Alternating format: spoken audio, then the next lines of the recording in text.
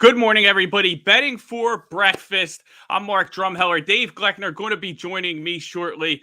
Today's episode powered by the Sharp app, the number one sports app for sports gamblers. Make sure you get on there. You can do odds tracking, bet comparison.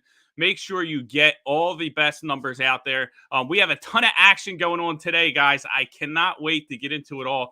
NBA heating up now. We're seeing the teams start to make their playoff push, and we're seeing which teams are laying down and which teams are actually, playing hard throughout these final couple weeks of the season. That information is going to be very important for us as sports bettors as we move forward handicapping the NBA. But we got some great games on the slate today in the NBA. We're going to get into them all. The biggest one, obviously, the Philadelphia 76ers taking on the Miami Heat in a big Eastern Conference showdown. We're going to talk about that game. We're going to get into all the Eastern Conference odds as well. So plenty of action in the NBA we're going to hit, and it's March. Today's our first episode in March. What does that mean? March Madness right around the corner. Some of these smaller conferences got their conference tournament on their way already. We're seeing the Sun Belt, the Fun Belt. My guys, Coastal Carolina, out in the first round immediately. But, this is actually the final week of the regular season for college basketball before the big conferences, our SEC, our Big 12, our Big 10, all the top teams that, we're going to have in our brackets moving forward in March Madness. Get on their way. So this is the final tune-up before those big conference tournaments, and we're going to get into all that information as well. A little bit of a look ahead into the conference tournaments, into some of the teams that we like where there might be some value, because as we see every year, best teams don't always win the conference tournament, right? Baylor unable to win the conference tournament last year in the Big 12. It doesn't mean that they can't go far and win in March Madness. Doesn't mean that they're not going to be a great bet in your brackets for March Madness when we move forward. So we're going to dive into all that college basketball information as well. And plus, UFC 272 tonight, right? Huge fight. The pay-per-view cards are back, no longer in the Apex with the smaller cage. And we have a main event that, despite it not being a title fight, Jorge Masvidal taking on Kobe Covington. These two guys hate each other. So I'm going to dive into that. I'm going to give you my breakdown on the main event. Plus, I'll give you another bet that I'm eyeing into that. So plenty of action there. Basketball, UFC, and I'm sure my guy Dave is going to have some PGA action. I know that's going on with the Arnold Palmer Invitational. Had a little play on Max Homa, top 20. Looks like he's hanging out right in that area. So hopefully he can have a good weekend and bring in the money for me there. But let's get started with the NBA. First I want to talk a little bit just about, the landscape of the NBA, and as bettors, how important it is to kind of gauge the motivation of these teams moving forward, right? And we're seeing that on a couple different levels. One of the teams I was on last night, the Detroit Pistons, right?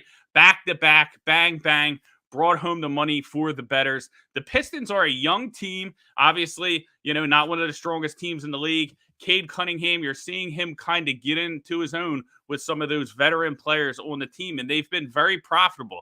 Again, last two nights, underdogs, 8.5-point underdogs 2 nights ago, hit that outright. And then last night, 3.5-point underdogs to the Pacers, and they won that game outright as well. Didn't play the outright bets, but I had them on the money line. And, I think I didn't have them on the money line. I just had them with the points, but we were able to cash in on those bets. A couple other plays that I had last night, and just to kind of give you an idea of some of the teams that I'm going to be targeting down the stretch, right? And one of the key factors that we want to look at when we're, betting on the NBA, with a couple weeks left of the regular season is there was a lot of volatility in the NBA, as we, got into the All-Star break, right? The All-Star break shifted, was a little bit later in the year, right? Usually it's a little bit closer to the halfway point. We didn't see that this year. What we saw was, it moved towards the end, and that created a dynamic with that, coupled with the trade deadline, to where you really saw some teams kind of make an impact at the deadline. the big deal obviously was with the Philadelphia 76ers getting James Harden, right? And the Brooklyn Nets getting Ben Simmons and Seth Curry, getting some defense and some shooting. And, really the why that is important in the betting landscape is sometimes when a team makes these drastic changes, it's hard to figure out how it's going to impact not only the team in general and how that team plays on a night to night basis, but it's also going to impact how some of the secondary players perform. And I think we've seen that with the Sixers, with Tyrese Maxey. He's gone over his point total in every game that Harden's been there. They keep lining it at 16.5. He keeps going over that number. So, those are the kind of things that you want to look at. The Pelicans are another team, right? They go out and they get CJ McCollum, right? And they've been money, and the market's still catching up to how good they are, right? We saw them getting 4.5 points last night as a home dog, and I took them last night. We hit the Pelicans. Sharp members got paid on that when they saw that one in the books. 4.5. They blew them out, 30 points. It's back-to-back 30-point wins for the Pelicans. So it's really hard for the market, I think, to gauge how good are they. Was this an indictment on the Pelicans?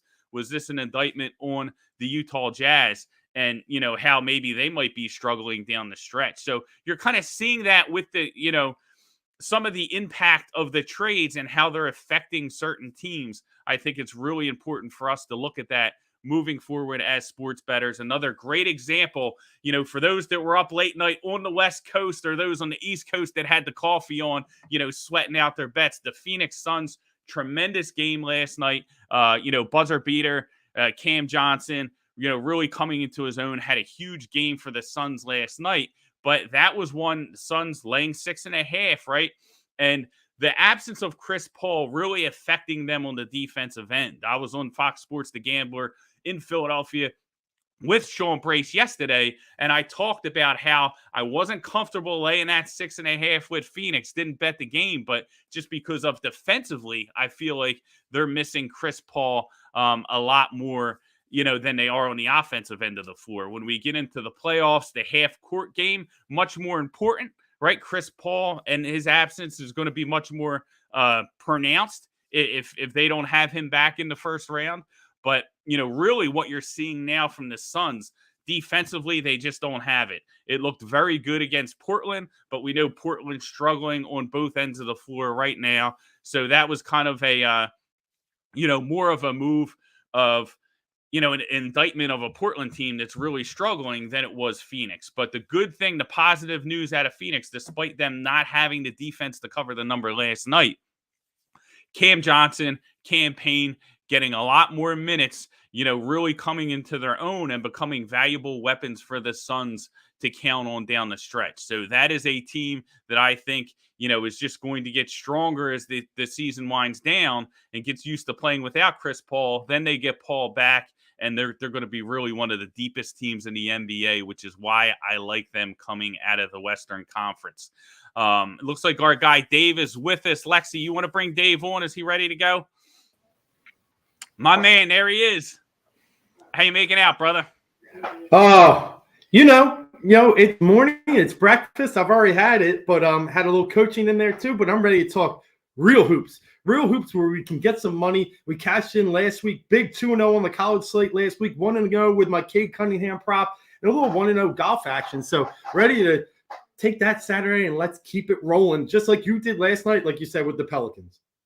Yeah, got to keep the momentum rolling, right? And wait until the market catches up. And the Pelicans, Dave, let's start there, right? We'll get into the NBA, but let's start with the Pelicans. They go out and get CJ McCollum, and everyone's like, oh, wow, they got a shooter. They got kind of things in place. They might be a little bit better, right? But I don't think anybody's seen this coming. This Pelicans team is just running through everybody. And surprisingly enough, it's not really the impact of McCollum on the offensive end. I feel like they are really stepping up defensively on that side of the floor. The rebounding has been tremendous. The hustle plays, really like what I'm seeing out of the Pelicans right now. Yeah, the Pelicans always had some size, right? They always had Jackson Hayes. They had Valanciunas down there. They had Hernan Gomez. They had some size, and Ingram really is a big player too, even though he plays more of the small forward position. Where they lacked was an identity in the backcourt. They've been trying for years, and I know they gave up a big piece of their kind of soul in Josh Hart. Like, he was a guy that really they did love, but you've just added an identity to this team and CJ McCollum. You're able to now really fit people in the right positions, and he's been taking over more of the, I mean, in my opinion, the point guard role. And he's been able to control the team. He's a veteran. He knows what he's doing, and they just seem to ease things out. I always felt like the Pelicans were just this jumbled set, right? And now with McCollum, I just feel like they've now started to settle in. They're a huge team. I mean, look at their starting line last night: Herbert Jones, Ingram, I think Valanciunas and Hayes. Like that. I think they're all 6'8", 6'9" smaller. They're big, and that affects the Jazz. Obviously, the Jazz right now, Gobert and some shooters, but they're playing well. You're right, they're playing well, and I think it's because that defense is because you can get away and play those big four guys. Yeah, speaking of the Jazz, right now, I love the Pelicans. We're going to keep riding it. Our guy, Adam Rosenberg, been talking to him about it, and it's just, they've been a bet-on team for us. Them and the Pistons really the past couple days, and until the market catches up with these guys, really, really valuable, I think. So I can't wait to see, how they perform in these next couple days. But let's stick with the Jazz, right? Because the Western Conference, let's talk a little bit about the futures before we get into today's slate. But the Western Conference was really the Suns and everybody else. And everybody's like, well, maybe the Warriors can compete. They get Draymond back. But it's funny because I feel like there's a little bit of fatigue in the market. And the Chris Paul injury, Draymond's injury, I feel like kind of opened up a lot of people to be more willing to take a shot on some of the teams deeper down on the odds boards, like a Denver, like a Utah, or like a Memphis, right? And when I look at the West, like, I still do not budge. I think it's the Suns conference. I think if you're going to take a shot with a team, it's Memphis. But I think, Denver can get whoever they want back. They're not running through this Western Conference. I just think it's too deep. And I think Utah, we've seen the story with them every year. Do you see any value like in the Western Conference outside of, the Suns and possibly the Warriors if they get healthy? I mean, maybe the Grizzlies. You can sell me on the Grizzlies. Ja Morant stepping up. But I think it ends there. I think it's really Suns or Grizzlies at this point. Oh, yeah, I told you about it. I already have tickets on the Grizzlies. I grabbed them at 11-1. I'm all in on Memphis. I'm not as high on the Suns as you are. I think they have flaws, and they're actually showing it with Paul injured. And I'm not sure.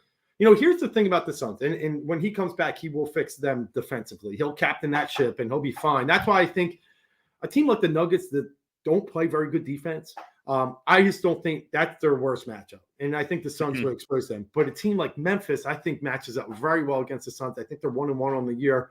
But I still think there's value in Golden State. And then after that, it's those three, man. There's no way I'm putting money on Utah. I'm so surprised how much they faded from last year's just awesome performance. They were just this run and gun, spread them out, 3-point. I had them last year. I had them coming out of the West. They let me down. I will never go back. No, I will never go back to that team. Their leader in assists last night was Jordan Clarkson with 4. This team is so selfish, doesn't pass the ball. And I didn't even realize, we all knew Joe Ingles is a very big key to them. Him getting hurt, and then they trade him. I'm going to be honest. I think that was a stab in everybody's back. And I know they got to bring in some, but they're not even using the guy they brought in. Nickeil Alexander-Walker played 7 minutes. Joe Ingles being injured and not playing is better to that team than Nickeil Alexander playing 7 minutes. He was a heart and soul of that team that's been there for his career. I think it did a lot to shake this team up. They're in trouble. Denver's the only team you could talk about, Drones. I'm with you, but they can't win 3 series. I just can't see it. No, it's hard. And the reason why, listen, I love Memphis. I love Ja Morant. I think that he can, he's the player when we look at the Western Conference that can really elevate his game and take it to something we haven't seen yet. If you're asking for me, is there a player that can just kind of really elevate and carry his team and will his team, kind of like we saw Giannis last year, that's Ja Morant. Ja Morant's that guy. The concern I have with Memphis is they can catch Golden State, they can play on the road, all those things very valuable, but it's probably going to look like Golden State and the Suns back to back. And I just think that it's tough to win those two series, which is why I lean more of the Suns. But No. going to be a lot of fun. Can't wait to see Memphis. I will give you one team that you just got to keep an eye on, and it's Dallas. Yep. They played pretty solid defense. They just beat Golden State. They beat the Lakers, and they're on a little bit of a turn up, right? And I don't know why they're playing so much better without Kristaps. Obviously, he must have been some sort of cloud over their heads, because it's just like the Luka now. Hated Kristaps. Yeah, and dude, hated. They're 8-2 in their last 10. They've won 3 straight. They have one of the best defenses in all of basketball, allowing 103.6 points per game. That's a team I would actually, I think, in the right matchups, and you got Luka, they're a team I like them better than Denver. Yeah, Luka, I'm telling you right now, he could talk about himself in the third person like Joe Burrow talks about Jamar Chase. Like, he's like, hey, I'll just chuck it up and Jamar's down there somewhere. Luka's like, hey, I'm just going to chuck it up with myself and it's going to go in sometime, because he don't care. He's got Kristaps out of the way. He's like, I will do this myself if I have to. And he can. And it's working out. I mean, they're playing great defense. They're a team, Dave. We talk about this is, obviously futures market, big stretch for for Dallas to kind of get through the West, but they're going to get good odds. There's going to get good odds in that first round, and that's where you can really do some damage with the Dallas Mavericks. Definitely a team to keep your eye on. Let's move over to the East now. And listen, the East is deep, right? It's not as pronounced, I think, as the West. A lot of teams here that can make some noise, but I think the conversation starts with our Philadelphia 76ers, who actually, got another win. I think showed a tremendous ability to play through adversity, and that's kind of what you want to see from this team. But they, the Sixers get James Harden, and now when you look at the East and the landscape of the East in the futures market, it's Philadelphia, it's Miami, who they're going to play today, it's the Bucks, it's Brooklyn. There's a lot of teams in the mix that can do some damage. And I think a lot of it's going to have to do with, what types of matchups we get in the first round of the playoffs and what the team's paths are. You got Boston in there. You got a lot of teams that can make some hay. How do you see the Eastern Conference right now? Like, where do you think the value is on the board? I'm going to bring up the odds right now. You can see the Sixers plus 325 on the odds for the Eastern Conference. Dave, what are your thoughts on the East? I'm amazed that the Sixers' money hasn't moved much. After watching Harden and the team go 4-0 since he's been inserted in the starting lineup, they won 5 in a row overall, scored 123 points or more in every single game. I'm very surprised that the market hasn't shifted. I see the value still with the 76ers. You're talking about a Nets team that is going to play every series on the road. I just can't, for my money and mind, understanding NBA basketball and home court advantage. There's just no value to me in the plus 300. You can convince me on the Heat as my second favorite team here. I think they present challenges. They can play you zone, they can play you man, and they can do some unique things, especially with Hero coming off the bench. So the Celtics are starting to present a little bit of value too. I just don't think long term. I just don't know if with no depth at the center position, their worst matchup is obviously here, but they showed what they could do with them beating one of the games recently. But I'd go as far as Sixers, Heat. I think we're asking a lot for any other team. Bucks, you still got to but I don't like them at 325. Not with that defense. I think I spoke about it before. If Robin Lopez doesn't play, forget about them. Mm-hmm. They're hemorrhaging. I can score on them right now. He makes a big Robin. I said Robin. I meant Brooke. But Brooke Lopez. Yep. Yeah, Brooke. Yeah. He's out indefinitely. If they don't have him in, their defense is horrific. I don't see how you can get through 3 series like that and get to NBA finals. And then I think Sixers Heat, I really do. And the long-term value might be Celtics. Yeah, I think that, the Celtics are a team that can definitely put a wrench in the Eastern Conference. When the seedings come out, I think that's going to be important. And it'll be interesting to see what the Nets look like.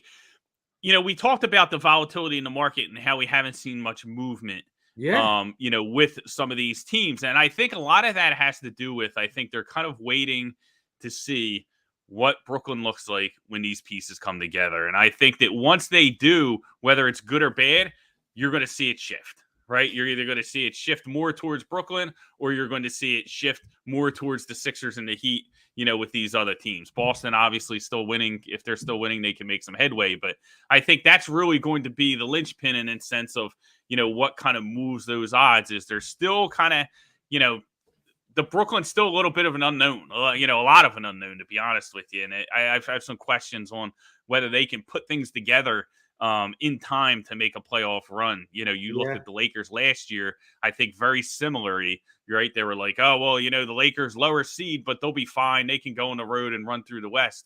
And they ended up getting bounced in the first round. They were dancing on the court after the first 2 games and then got smoked. So I think we could see a similar thing, with the Brooklyn Nets. But let's talk about today's NBA slate, what we have on the board. We'll give the people some winning bets. I had a 2-1 night last night, Dave. I had the Pelicans fly. I had the Detroit Pistons, and I had the Oklahoma City Thunder, who, man, I was like, there's no way you can lay 9.5 points with the Timberwolves and on the road. And wow, they let up I think Minnesota had 77 points in the first half. It was just crazy. But, so we didn't get the sweep, but it ended up being a winning day. Dave, what are you targeting on today's NBA board? I got one play, so I want to see if you're lined up with me. So, it doesn't always work this way. And last week we talked about the early game, but I'm going back to the early game on the slate today. It's a 5 o'clock game, gives you a little midday action, maybe getting ready for some good 7, 8 o'clock basketball. Obviously Sixers Heat is tremendous. Can't wait to see that game. But I'm leaning towards the Dallas Mavericks. I already talked about them earlier. And there's one thing, they're playing the Sacramento Kings. Kings, if you've watched them recently with the new addition of Sabonis, they've played some teams well, where they can match up and run and gun with them. But when they get forced against a defensive opponent, let's look at the teams they've played that are tending to play better defense. You named one of them recently, the Pelicans. Pelicans beat them by 27 the last time out.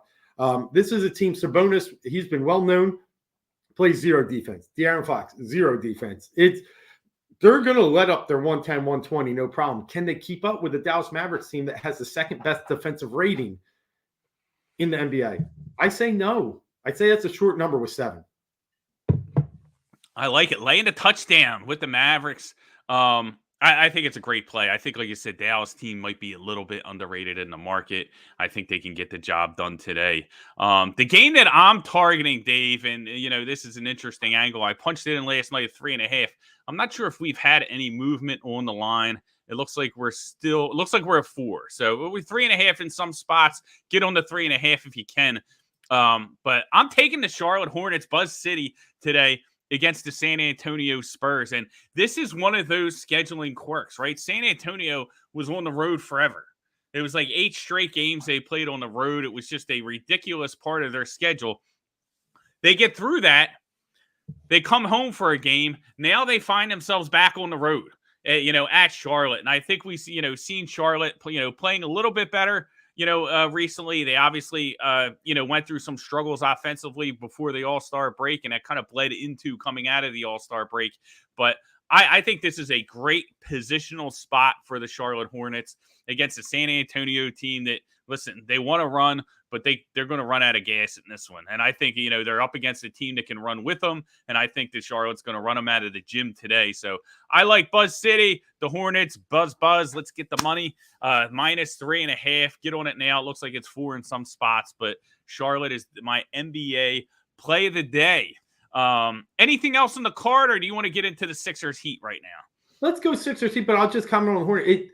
They're one of those fascinating teams to me. Early in the year, they really were kind of jumping people in a way. And they had this, spread offense. They have, LaMelo, obviously, really nice player. I think the injury to Hayward in the middle of the season kind of threw them off for a wrinkle. But now they're playing a little better ball, and they're fighting to stay in, the playoffs in a way, right? So I kind of like it. I think San Antonio, you don't know what you're going to get out of them. We talked about last week. Coming off that double overtime game going to Miami. Pop might just sit anybody. So jump on the number now. Take the Hornets. I like it. It's a short line. I'm with you. I think it's a very, very, very good pick. Yeah, Charlotte. Yeah, definitely, dude. Charlotte's sitting at 10th overall. They still got a little fight in them. The They Wizards got motivation. Yeah. They got motivation, man. So I like them. But let's get into the Sixers Heat real quick before we get into college basketball. Huge game, obviously, in the Eastern Conference landscape. I want to say the Heat is the 2 games ahead of the Sixers. Is that right? No, one. 2 games. One game ahead of the Sixers. Okay, so Sixers, a chance to make up some ground in a bad scheduling spot, right? So it is 2 in the standings, Strokes, but it's 1 in the loss column. So that's all I ever look at. So gotcha. Okay, 2 in the standings, 1 in the loss column. We're both right. That's why people tune in, right? So anyway, bad travel spot for the Sixers, right? So they play late night. Now they got to go to Miami. They got to take on the Heat in a big pivotal matchup. The Heat, a team very good defensively. They got Bam down low. Can he give Embiid some problems? Jimmy Butler, I'm sure, is going to be amped up to take on James Harden. But the big key to the Sixers is we went into this talking about, hey, they traded for James Harden. They got the best 2-man team in the NBA. It's going to be a lethal combination. And all of a sudden, they got a big 3. Tyrese Maxey, not to be denied. Huge game last night again. They keep lining him at 16.5. I keep making money on his points over. So it's going to be interesting to see how that plays out. But, I really think he's been a huge difference in the Sixers' success, the progression of Maxey in this offense. And the Sixers, I have some concerns with them defensively, but offensively, they are just on fire. Yeah, well, what's going to be different tonight? You know what Miami's going to do. They're going to zone up. And luckily for the Sixers, they saw a little zone last night. The Cavaliers threw something different that they typically don't run. And I think that's going to help the Sixers tonight. I think, having a little taste of it and struggling a little offensively early. I mean, we were always shooting the ball well, but, struggling to find the open shot until we started getting going in the second half. And what encourages me with that Maxey line, he hit 5 threes last night. I don't think you're going to see the lanes open as much. I don't think you're going to see as much transition offense, but I think he's going to get some open threes. And if he can knock him down to 30 years, he's going to skyrocket that 16.5 again. I think tonight, the key for me is I don't think we're going to see a lot of Tybal. I think we're going to see more Niang. I think we're going to see some more Korkmaz. I think Doc is going to try and stretch this team out, play perimeter ball, and try and beat them with the 3. So it'll be interesting to see how they attack this zone that Miami is going to throw at them tonight. Miami's 8-2 in their last 10. Really should be 9-1. Choked the game against Milwaukee earlier this week. They're everything a number 1 seed should be. Very efficient offensively, great defensively. Got a leader in Jimmy, great coach. They got Lowry. They're everything that we need. This is a great test tonight, and especially coming back to back short night too. It's gonna be tough. Yeah, I've been betting the Sixers like crazy just because I don't think the market has caught up to how good they are. But tonight's a game that I just got to back off of. Man. Like, I just don't like it. I don't like the scheduling spot. I don't like flying down to Miami. I think it's a bad break for them. Yeah, that's what I mean, man. Big comeback last night. Now you got to fly down. I think it's probably a good spot to, play on Miami, but not going to bet against the Sixers. I don't do that. So, it's a pass for me. But NBA, ton of action. Can't wait to get into a couple weeks down the stretch before we get into the postseason. It's going to be a hell of a summer, especially for us in Philadelphia, Dave. I got Sixers Suns, man. I played a little bit of Sixers Suns plus 1,100. So that's what I'm rooting for. Hopefully we can make that happen and, we can get a parade here in Philadelphia. But let's move on to college basketball. Sixers Warriors, but I'm with you. Nice, I just loaded up on some right. Sixers. I'm with you. Perfect. And it's funny, too. You can take them both. Like, you can get them both at, like, plus 1,100, Suns and Warriors, and you're still going to get, like, 5.5 to 1 as opposed to betting the Sixers at, like, 340, just to come out of the East. But anyway, let's get over to college basketball. Final Saturday this week in the big conferences, right? The little conferences, they started their conference tournaments. We see some of the, smaller conferences, the Sun Belt, Ohio Valley, all those tiny conferences getting things started. Next week, the big week for the, big conferences to get going, the SEC, the, Big 10, the Big 12 are the top conferences everyone will have their eye on. What is your take in general, like as far as like when we eye up those conferences, Is there a team out there in any of the big three conferences that you really think might have good value that could make a run? Like, obviously SEC, everybody's looking at Kentucky. I think the Big Ten's a little bit more wide open, and the Big 12, you have some teams that just play defense. Like that Oklahoma State Iowa State game was like 50-30. Is there any value you think, as we go into it? Obviously, odds not out everywhere yet for those conference tournaments, but any teams that you think people should keep an eye on for the conference tournament as we move into March Madness? I spoke on this show the other week, and I said I didn't love Iowa. Well, I take that back. Mm-hmm. I take it back wholeheartedly. This is a team that has now started to find their form. I was really disappointed in how they just, they hit a lull in the middle of February, end of January there. And I was concerned. But now going forward here, they got the best scorer in the Big Ten, in my opinion, in Murray. He's dynamic. I know Purdue is Ivy, and he's fantastic too. We were watching him the other night with Wisconsin. But Keegan Murray, as a sophomore, is putting up almost 24 points a game. They're dynamic offensively. They just smoked Michigan at Michigan. I thought that was a great win by Iowa. Then before that, they're on a roll. Huge win at Northwestern. Big win Nebraska.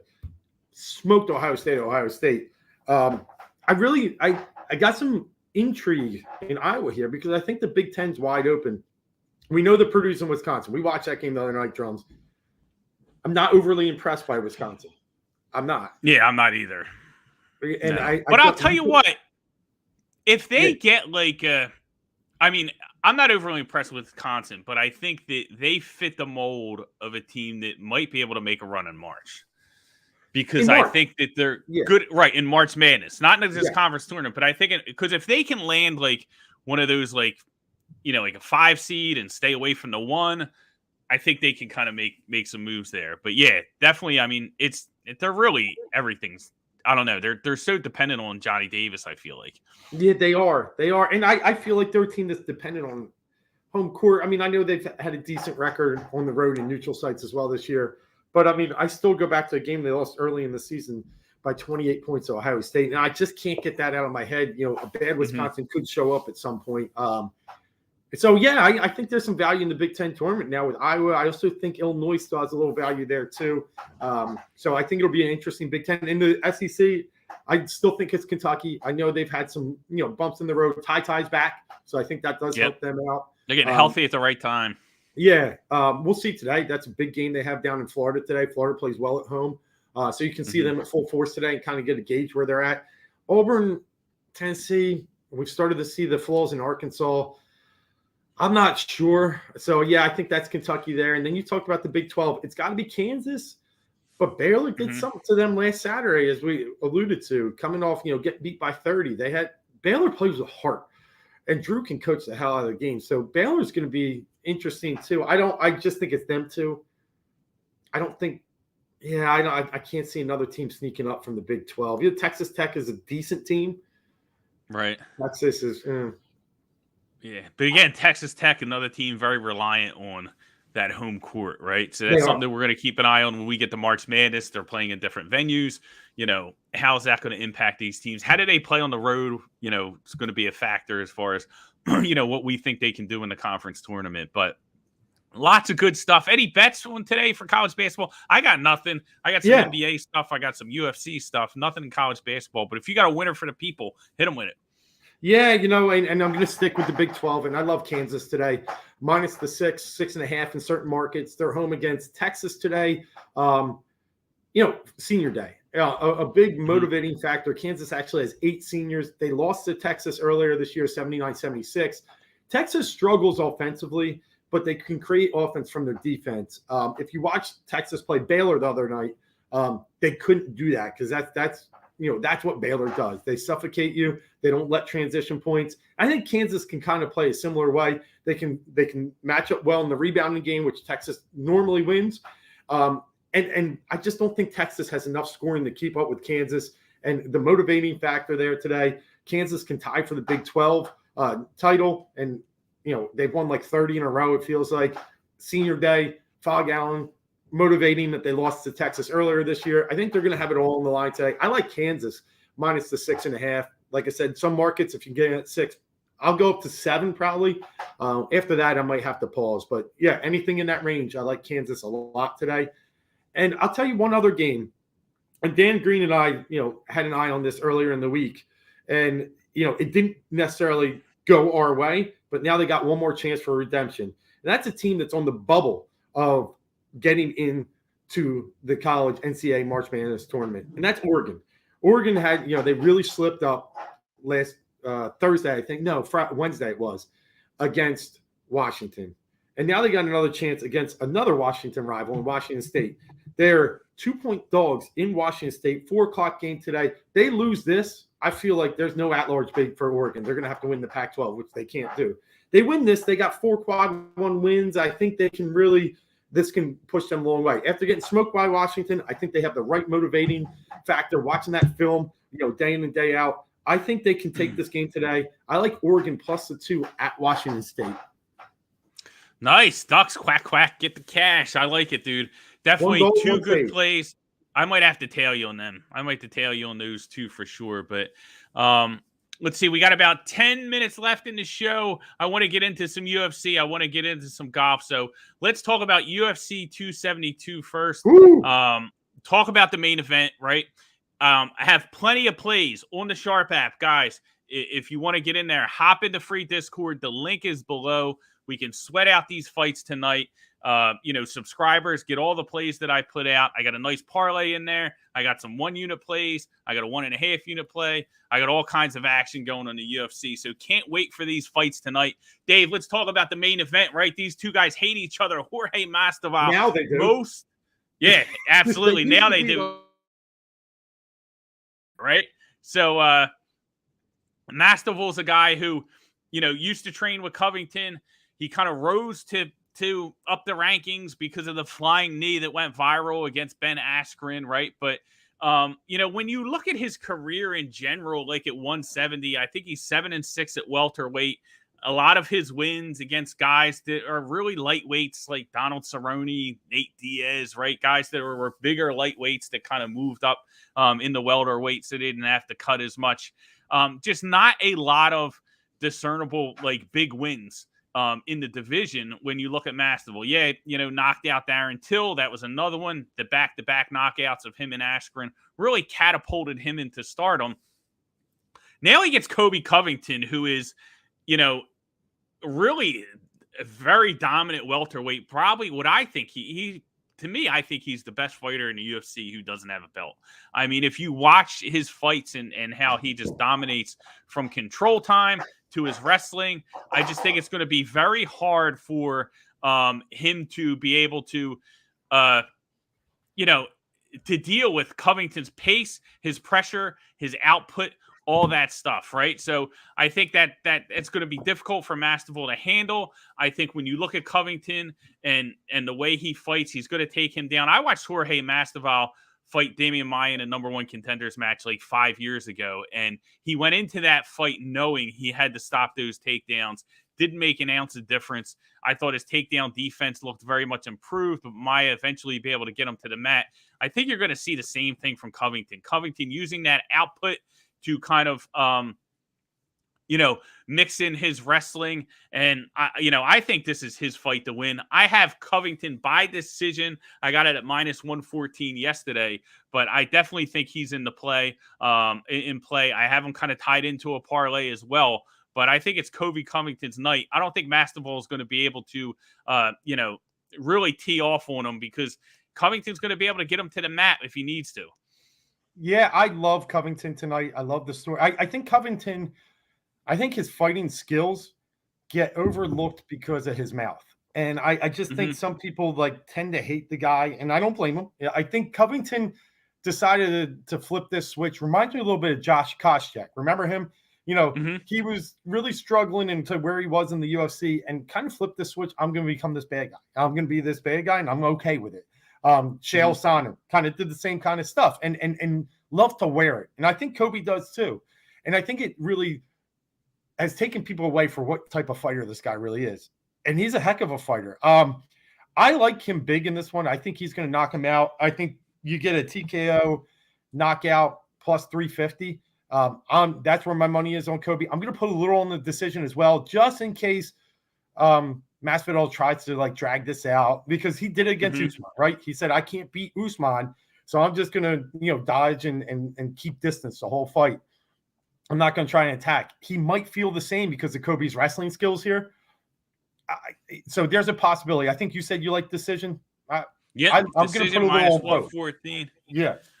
And that's the thing is, so I think when you look at Masvidal, like, I think Usman's a great. Now, obviously, Usman beat Covington twice, beat Masvidal twice. He is the top number one guy here. But, I think Covington is the most, is the best example. He's closest to Usman, like, from a talent perspective, when we talk about level of competition. I think those guys are very similar. Like, Usman's obviously the better fighter than Covington, but I think Covington is a lot closer to Usman than he is to some of the other fighters that Masvidal beat. So, and I think Usman, like in that first fight that went to a decision, was able to take him down 5 times, had over 15 minutes of control time in that fight. The second fight, obviously, Usman knocked him stiff in the second round. So, I think that kind of shows you that, if Covington wants to get this to the mat, I think he's going to be able to, like Usman did. And I think that plays into what Kobe wants to do. I don't love Kobe as a person. I don't like this stick, but I think the money's right here at minus 114 by the decision. Yeah, get it right. I don't like the stick either, but I think that does take people what people hate him, so they want to bet against him, right? They want to see him knocked out. Yeah, absolutely. They want to see him knocked out. I think we're getting some decent value, so I'm gonna play both ways, knockout and decision. Perfect. I think either one's a moneymaker. So, one's gonna be a money. I think he's winning, so hopefully I get the plus money. But if not, I'll back it up with a little almost even odds, like you said. Nice, perfect. So let's get into PGA, right? So Arnold Palmer Invitational going on. I was talking earlier, Dave. I got Max Homa top 20. He's right around the border. Hopefully, he can kick things into high gear. And cash that bet for me. What do you have cooking? And is there anything the bettors should be looking out for, this weekend in the PGA? Yeah, absolutely. We posted our picks this week on Twitter. I had a Patton Kizzire top 40. He's sitting right around 10th right now, looking real good there. Winning shares on Hovland, McIlroy, and Will Z and Sungjae. So looking good on the either McIlroy or Hov coming home would be a great win for the podcast. But, today I do think so here's what's going to happen. This weekend, the winds are supposed to kick up. And try to talk about it a little bit, but a lot of times we've seen, I think 50% in the last 18 years, non-Americans win this tournament. And what tends to happen is a little bit of this wind starts kicking in. This has been Rory's course. This has been some others. I think Rory knows how to play it. I do like Rory today in his matchup against Hovland. He's minus 125. I think listen, I love Victor. We all love Victor. But if there's wind and Victor's missing greens, Victor's weakest part of his game is his short game, his chipping, his pitching, really, really weak. So if the wind kicks up and we're not hitting greens like he was yesterday in the most beautiful conditions in the morning, he's going to struggle. I like Rory in that matchup today, minus 125.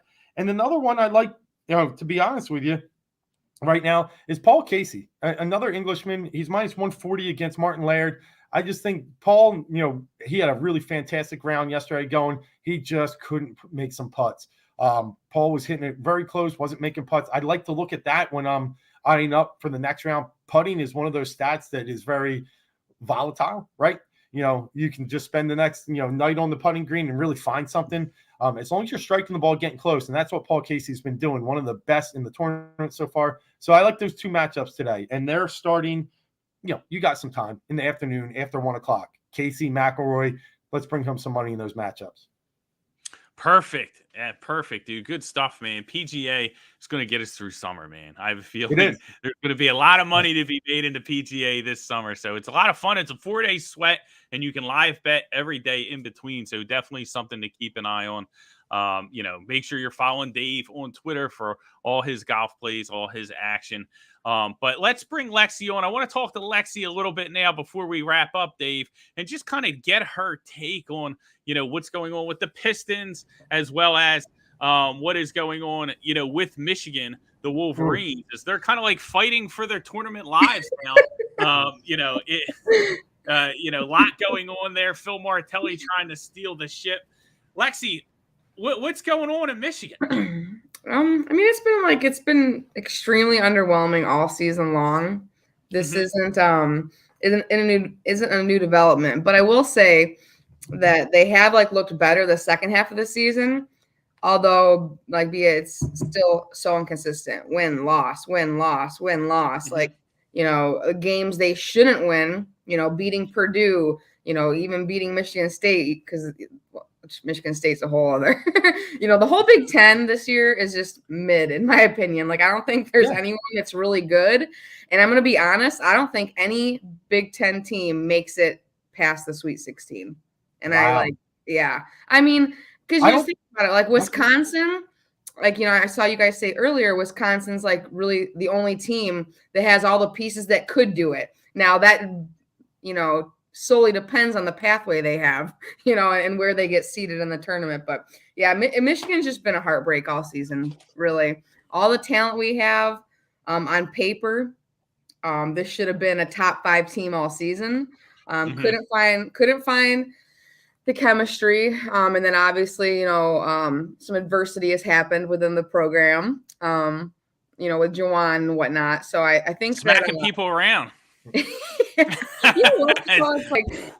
I'll sit here and I'll say this, that he shouldn't have reacted like that. But if you watch the video over again, a Wisconsin coach shoved a Michigan player, that team.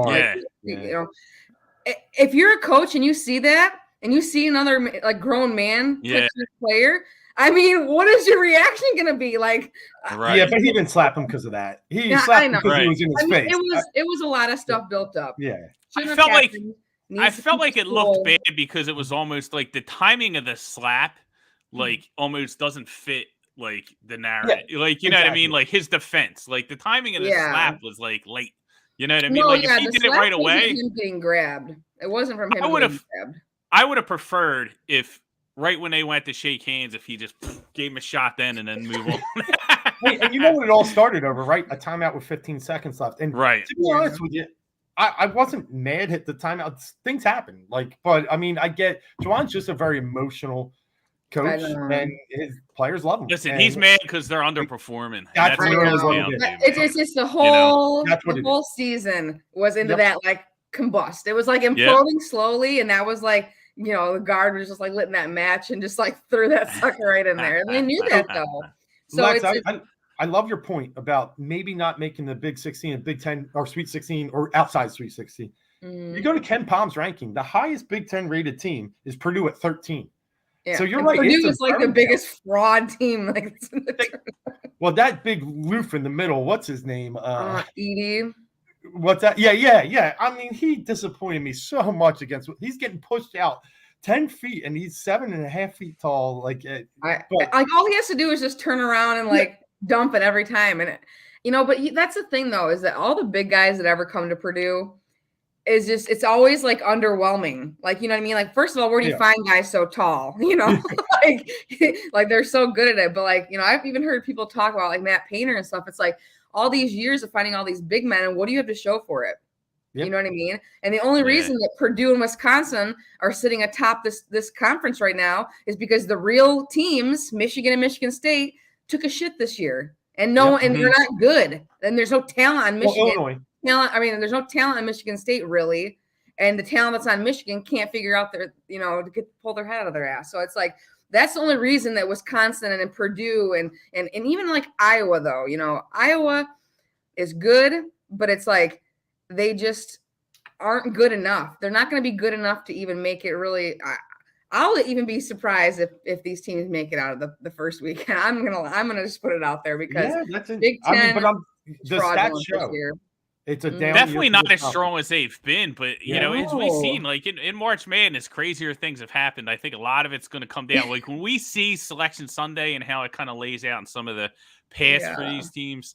I know there's a lot of narrative talking about how they're just going to, find the easiest path for Duke because it's Coach K's last year. But I think when we see the matchups, I think it'll be a little bit easier to kind of determine. But, hopefully Michigan gets in there. They can kind of pull this together here at the end. And, because I think the tournament's definitely a lot more fun when they're a part of it. And having Juwan Howard back is going to lead to more storylines and his reactions. And And it'll just be better, for us as fans. As the tournament sits right now, there's a possibility for Michigan to play Wisconsin on that Saturday. So and it's are they going to make sure it happens though? Because that's good TV, people. Everyone's going to be tuning into that. I mean, I think Juwan's probably going to be ultra conservative in that game if he knows what's good for him. Really, they need to put him upstairs in the suite. Give him a headset. Separate. But yeah, it's been a rough year though. It is. But you know what? It can all turn around in March, man. That's what March is for. You know what I mean? I'll take Michigan in March. Last year, being from Philadelphia, Villanova, I thought was going to be a huge fade in March Madness, and they won a couple games, and I ended up losing some money. So teams can kind of turn it around. It's not always momentum. Like that momentum that we see here at the end of the year doesn't always carry through, and sometimes they can just flip the switch and, they catch a couple breaks, they get a little confidence, and they kind of move on. But excellent stuff. Guys, we're on 50 minutes. It's been a tremendous show. Cannot wait for next week, because next week we're going to be in the mix of the conference tournaments. It's going to be so much fun. March Madness right around the corner. Can't wait to talk more college basketball. Everybody, thank you for tuning in. We appreciate you hanging with us. Download the Sharp app. Get into Discord. Sweat out these bets with us. Hopefully, everybody turns out a winner today, and we'll see you guys next week. See ya.